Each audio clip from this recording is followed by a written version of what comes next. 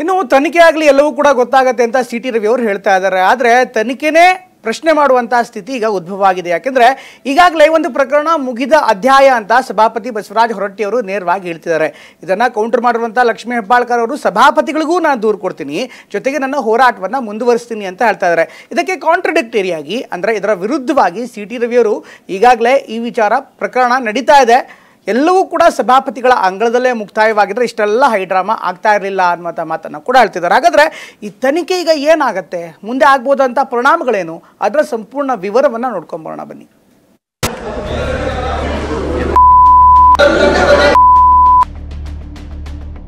ಅಶ್ಲೀಲ ಪದ ಆರೋಪ, ಹೆಬ್ಬಾಳ್ಕರ್ ವಿಡಿಯೋ ರಿಲೀಸ್. ವಿಧಾನ ಪರಿಷತ್ತಿನ ಪ್ರಾಂಗಣದ ಒಳಗೇನೆ ನಿಮಗಾದ್ರೂ ಗೊತ್ತಿದೆಯಲ್ಲ ನೀವು ಅಂದಿರೋದು, ಅದು ಕೂಡ ವಿಜುವಲ್ಸ್ ಇದೆ, ಆಡಿಯೋನು ಇದೆ. ಆಸ್ ಆ್ಯಂಡ್ ನೌ ಮುಗಿದ ಅಧ್ಯಾಯ. ಈ ವಿಚಾರ ಅಲ್ಲಿಗೆ ಮುಗಿಬೇಕಾಗಿತ್ತು. ಅಲ್ಲ, ಅದನ್ನು ವೆರಿಫೈ ಮಾಡ್ಬೋದಲ್ಲ. ಕಾನೂನು ಹೋರಾಟ ಮುಂದುವರಿಸ್ತೀನಿ.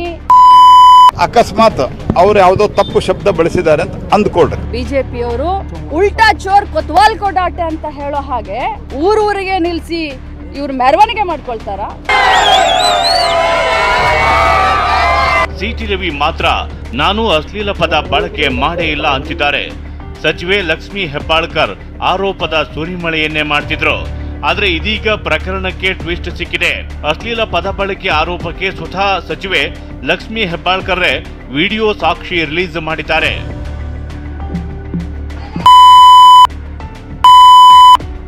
ಇದಕ್ಕಿಂತ ಸಾಕ್ಷಿ ಇನ್ನೇನು ಬೇಕು ಅಂತ ಸಿ.ಟಿ. ರವಿಯನ್ನ ಹೆಬ್ಬಾಳ್ಕರ್ ಪ್ರಶ್ನಿಸಿದ್ರು. ಇದಕ್ಕೆ ಕೌಂಟರ್ ಕೊಟ್ಟ ಸಿ.ಟಿ. ರವಿ ನನ್ನ ಬಳಿಯೂ ಆಡಿಯೋ ವಿಡಿಯೋ ಇದೆ ಅಂದ್ರು. ನಿಮಗ್ ಗೊತ್ತಿಲ್ವಾ ನೀವು ಅಂದಿರೋ ಮಾತು? ನಿಮಗಾದ್ರೂ ಗೊತ್ತಿದೆಯಲ್ಲ ನೀವು ಅಂದಿರೋದು? ನನ್ನ ಹತ್ರ ಸಾಕ್ಷಿ ಇದೆಯಲ್ಲ, ಇದೇ ಮಾಧ್ಯಮದಲ್ಲಿ ಎಲ್ಲರೂ ತೋರಿಸಿದಾರಲ್ಲ ನೀವೇನ್ ಘನಂದಾರಿ ಕೆಲಸ ಮಾಡಿದಿರಿ ಅಂತ ಹೇಳಿ. ಸಾರ್ವಜನಿಕವಾಗಿ ಬೆದರಿಕೆ ಹಾಕಿದ್ದು ವಿಧಾನ ಪರಿಷತ್ತಿನ ಪ್ರಾಂಗಣದ ಒಳಗೇನೆ, ಅದು ಕೂಡ ವಿಜುವಲ್ಸ್ ಇದೆ, ಆಡಿಯೋನು ಇದೆ. ಇದಿಷ್ಟೇ ಅಲ್ಲ, ಪ್ರಧಾನಿ ಮೋದಿ ಭೇಟಿಯಾಗಿ ನನಗೆ ಆದ ಅನ್ಯಾಯವನ್ನ ವಿವರಿಸ್ತೀನಿ ಅಂತ ಹೆಬ್ಬಾಳ್ಕರ್ ಹೇಳಿದ್ರು. ಕಾನೂನು ಹೋರಾಟ ಮುಂದುವರಿಸ್ತೀನಿ. ಮಾನ್ಯ ಪ್ರಧಾನಮಂತ್ರಿಗಳಾದಂಥ ನರೇಂದ್ರ ಮೋದಿ ಅವರನ್ನ ಕೇಳ್ತೀನಿ, ಮಾನ್ಯ ನಮ್ಮ ರಾಷ್ಟ್ರಪತಿಗಳಾದಂಥ ಅವರಿಗೆ ನಾನು ಪತ್ರ ಬರಿತೀನಿ. ಬಿಜೆಪಿಯವರು ಅದು ಅವರ ಮುಖವಾಡ, ಗೋಮುಖ ವ್ಯಾಘ್ರಗಳು ಇವರೆಲ್ಲ. ಒಬ್ಬ ಮಹಿಳೆಯನ್ನ ಒಂದು ಸದನದಲ್ಲಿ ಈ ಮಟ್ಟಿಗೆ ಮಾತಾಡಿದ್ರೆ ಅದನ್ನ ಅವರ ಬೆನ್ನಿಗೆ ನಿಂತ್ಕೊಳ್ತಾರೆ, ಪ್ರಶಂಸೆ ಮಾಡ್ತಾರೆ. ಯಾರಾದರೂ ಒಬ್ಬರು ಅದನ್ನ ಖಂಡನೆ ಮಾಡಿದ್ರ? ಒಬ್ರು ಯಾರಾದರೂ ಅದನ್ನ ಕ್ಷಮೆ ಕೇಳಿದ್ರ? ಉಲ್ಟಾ ಚೋರ್ ಕೊತ್ವಾಲ್ ಕೊಡಾಟೆ ಅಂತ ಹೇಳೋ ಹಾಗೆ ಊರೂರಿಗೆ ನಿಲ್ಸಿ ಇವ್ರು ಮೆರವಣಿಗೆ ಮಾಡ್ಕೊಳ್ತಾರ. ಈ ಪ್ರಕರಣದಲ್ಲಿ ಸಭಾಪತಿ ಹೊರಟ್ಟಿ ಮುಗಿದ ಅಧ್ಯಾಯ ಅಂದಿದ್ದಾರೆ.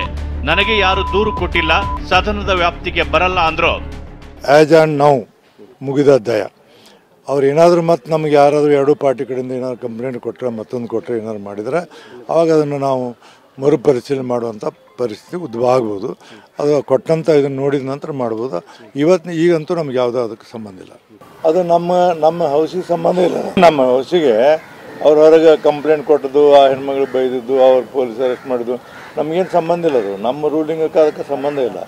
ಅವ್ರು ಬೇರೆ ಕಂಪ್ಲೇಂಟ್ ಕೊಟ್ಟಾರ, ಬೇರೆ ಕಂಪ್ಲೇಂಟ್ ಮೇಲೆ ಅದು ಡೆವಲಪ್ಮೆಂಟ್ ಆಗಿದೆ. ನಮ್ಮ ರೂಲಿಂಗ್ ಅದಕ್ಕೇನು ಸಂಬಂಧ ಇಲ್ಲ.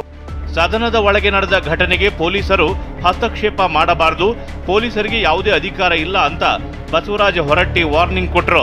ಮಾಡಬಾರ್ದು. ಅವರು ನಮ್ಮ ಹೌಸಿಗೆ ಮಜರ್ ಮಾಡ್ತೀವಿ, ಬಂದಿನೋ ಮಾಡಿಸ್ಕೊಟ್ಟಿಲ್ಲ, ಹೌಸ್ ಲಾಕ್ ಮಾಡಿದ್ದೀವಿ ನಾವೆಲ್ಲ. ಅದಕ್ಕೆ ನಮಗೇನೂ ಸಂಬಂಧ ಇಲ್ಲ. ಮತ್ತು ಅವರು ಪೊಲೀಸರು ನಮ್ಮ ಇದರಲ್ಲಿ ಬರಲಿಕ್ಕೆ ಯಾವುದೇ ಅವ್ರಿಗೆ ಅಧಿಕಾರ ಇಲ್ಲ ಮತ್ತು ಹಕ್ಕೂ ಇಲ್ಲ. ಈಗ ಸಂಬಂಧಪಟ್ಟಂತ ಪೊಲೀಸ್ ಅಧಿಕಾರಿಗಳ ವಿರುದ್ಧ ಕ್ರಮಕ್ಕೆ ಏನಾದರೂ ಪತ್ರ ಬರೀತೀರಾ? ಅದೇ ನಾವು ನೋಡ್ತೀನಿ. ಈಗ ಸಭಾಪತಿ ಪರಿಶೀಲನೆ ಮಾಡಲಿ, ಇಲ್ಲದಿದ್ರೆ ವಿಡಿಯೋವನ್ನ ನಾವು FSLಗೆ ಕಳಿಸ್ತೀವಿ ಅಂತ ಗೃಹ ಸಚಿವ ಪರಮೇಶ್ವರ್ ಹೇಳಿದ್ರು.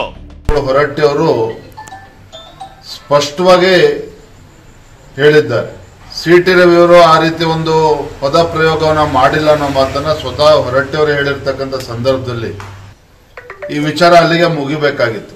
ಅಲ್ಲ, ಅದನ್ನು ವೆರಿಫೈ ಮಾಡ್ಬೋದಲ್ಲ. ಅವರೇ ನಮಗೆ ಏನು ಈಗ ಮೀಡಿಯಾದಲ್ಲಿ ಬಂದಿದೆ ಆ ಆಧಾರದ ಮೇಲೆ ಎಲ್ಲವೂ ಕೂಡ ಮಾತುಗಳು ನಡೀತಾ ಇದೆ. ವೆರಿಫಿಕೇಷನ್ ಮಾಡಬೇಕು ಅಂತಂದರೆ ನಾವು FSLಗೆ ಕೊಟ್ಟು ವೆರಿಫೈ ಮಾಡೋದಕ್ಕೆ ಕ್ರಮ ತಗೊಳ್ತೀವಿ. ಸಭಾಪತಿಗಳು ಬರಿಬೋದು, ಇದು ಫೇಕ್ ವಿಡಿಯೋ ನಡೀತಾ ಇದೆ, ಅದರಿಂದ ಇದನ್ನು ವೆರಿಫೈ ಮಾಡಿ ಅಂತೇಳಿ ನಮಗೆ ಪೊಲೀಸಿಗೆ ತಿಳಿಸಿದರೆ ಅದನ್ನು FSLಗೆ ಕೊಟ್ಟು ವೆರಿಫೈ ಮಾಡಿಸ್ತೀವಿ. ಸಾಕ್ಷಿ ಇದ್ರೂ ಬಿಜೆಪಿ ನಾಯಕರು ಮಾತಾಡ್ತಿಲ್ಲ ಅಂತ ಸಚಿವ ದಿನೇಶ್ ಗುಂಡೂರಾವ್ ಕಿಡಿಕಾರಿದ್ರು. ಇನ್ನು ಸಚಿವ MB ಪಾಟೀಲ್ ಯಾರು ಸೃಷ್ಟಿಸಿದ್ದ ಪದ ಅಲ್ಲ ಅಂದ್ರು. ಆತರ ಹೇಳ್ಬೋದು ಅವರು.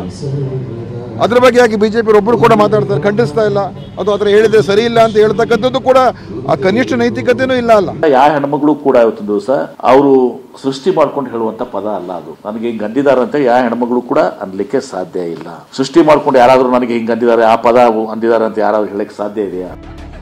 CT ರವಿಯನ್ನ ರಾತ್ರಿಯೆಲ್ಲ ಸುತ್ತಾಡಿಸಬೇಕಿತ್ತ ಅಂತ ಕುಮಾರಸ್ವಾಮಿ ಪ್ರಶ್ನಿಸಿದ್ರೆ ಕೇಂದ್ರ ಸಚಿವ ಜೋಶಿ ಇರಾಕ್ ಅಫ್ಘಾನಿಸ್ತಾನದ ರೀತಿ ಶಿಕ್ಷೆ ಕೊಟ್ರಿ ಅಂತ ಬೆಂಕಿ ಉಗುಳಿದ್ರು. ಅವತ್ತು ರಾತ್ರಿಯ ಒಂದು ಘಟನೆ ಏನಿದೆ, CT ರವಿ ಅವರದನ್ನೇ ಹೇಳೋದಾದ್ರೆ ರಾತ್ರಿ ಎಲ್ಲ ಸುತ್ತಿಸಬೇಕಾಗಿತ್ತ. ಅವರೊಬ್ಬ ಜನಪ್ರತಿನಿಧಿ ಇದ್ರಲ್ವೇ, ಅರೆಸ್ಟೇ ಮಾಡೋದಾದ್ರು ನೇರವಾಗಿ ಬೆಂಗಳೂರಿಗೆ ಕರ್ಕೊಂಡ್ಬರ್ಬೋದಾಗಿತ್ತು ಜನಪ್ರತಿನಿಧಿ ಕೋರ್ಟ್ಗೆ. ಅಕಸ್ಮಾತ್ ಆಗಿ ಫಾರ್ ಎ ಮೂಮೆಂಟ್ ಅಂದಿದ್ದಾರೆ ಇಲ್ಲೋ ಅಂತನ್ನೋದು ಸಭಾಧಿಪತಿಗಳ ಹೇಳಿಕೆನೇ final. In spite of that ಅದರ ಹೊರತುಪಡಿಸಿ ಸಹಿತ ಅಕಸ್ಮಾತ್ ಅವ್ರು ಯಾವುದೋ ತಪ್ಪು ಶಬ್ದ ಬಳಸಿದ್ದಾರೆ ಅಂತ ಅಂದ್ಕೊಳ್ರಿ, ನಾವು ಹೇಳ್ಕೊಳ್ಳೋಣ ಒಂದು ಮೂಮೆಂಟಿಗೆ, ಫಾರ್ ಎ ಮೂಮೆಂಟ್ ಅವ್ರು ಹೇಳಿದ್ದಾರೆ ಅಂತಂದ್ರೆ ನೀವು ಅವ್ರನ್ನ ಯಾವುದೇ ರೀತಿಯಾದಂಥ ವಿಚಾರಣೆ ಇಲ್ಲದೆ ಹೆಂಗೆ ಈ ಇರಾಕ್ದಾಗ ಮತ್ತು ಅಫ್ಘಾನಿಸ್ತಾನದಾಗ ಮಾಡ್ತಾರ ಹಂಗೆ ನೀವು ಹೋಗಿ ನೀವು ಪೊಲೀಸರೇ ಡಿಸೈಡ್ ಮಾಡಿ ನೀವು ಅವ್ರಿಗೆ ಶಿಕ್ಷೆ ಕೊಡೋರಿದ್ದೀರನ? ಸಚಿವೆ ಲಕ್ಷ್ಮೀ ಹೆಬ್ಬಾಳ್ಕರ್ ವಿಡಿಯೋ ರಿಲೀಸ್ ಮಾಡಿ ತನಿಖೆಗೆ ಆಗ್ರಹ ಮಾಡಿದ್ದಾರೆ. ಆದರೆ ಸಭಾಪತಿ ಮಾತ್ರ ಇದು ಮುಗಿದ ಅಧ್ಯಾಯ ಅಂತ ತೆರೆ ಎಳೆದಿದ್ದಾರೆ.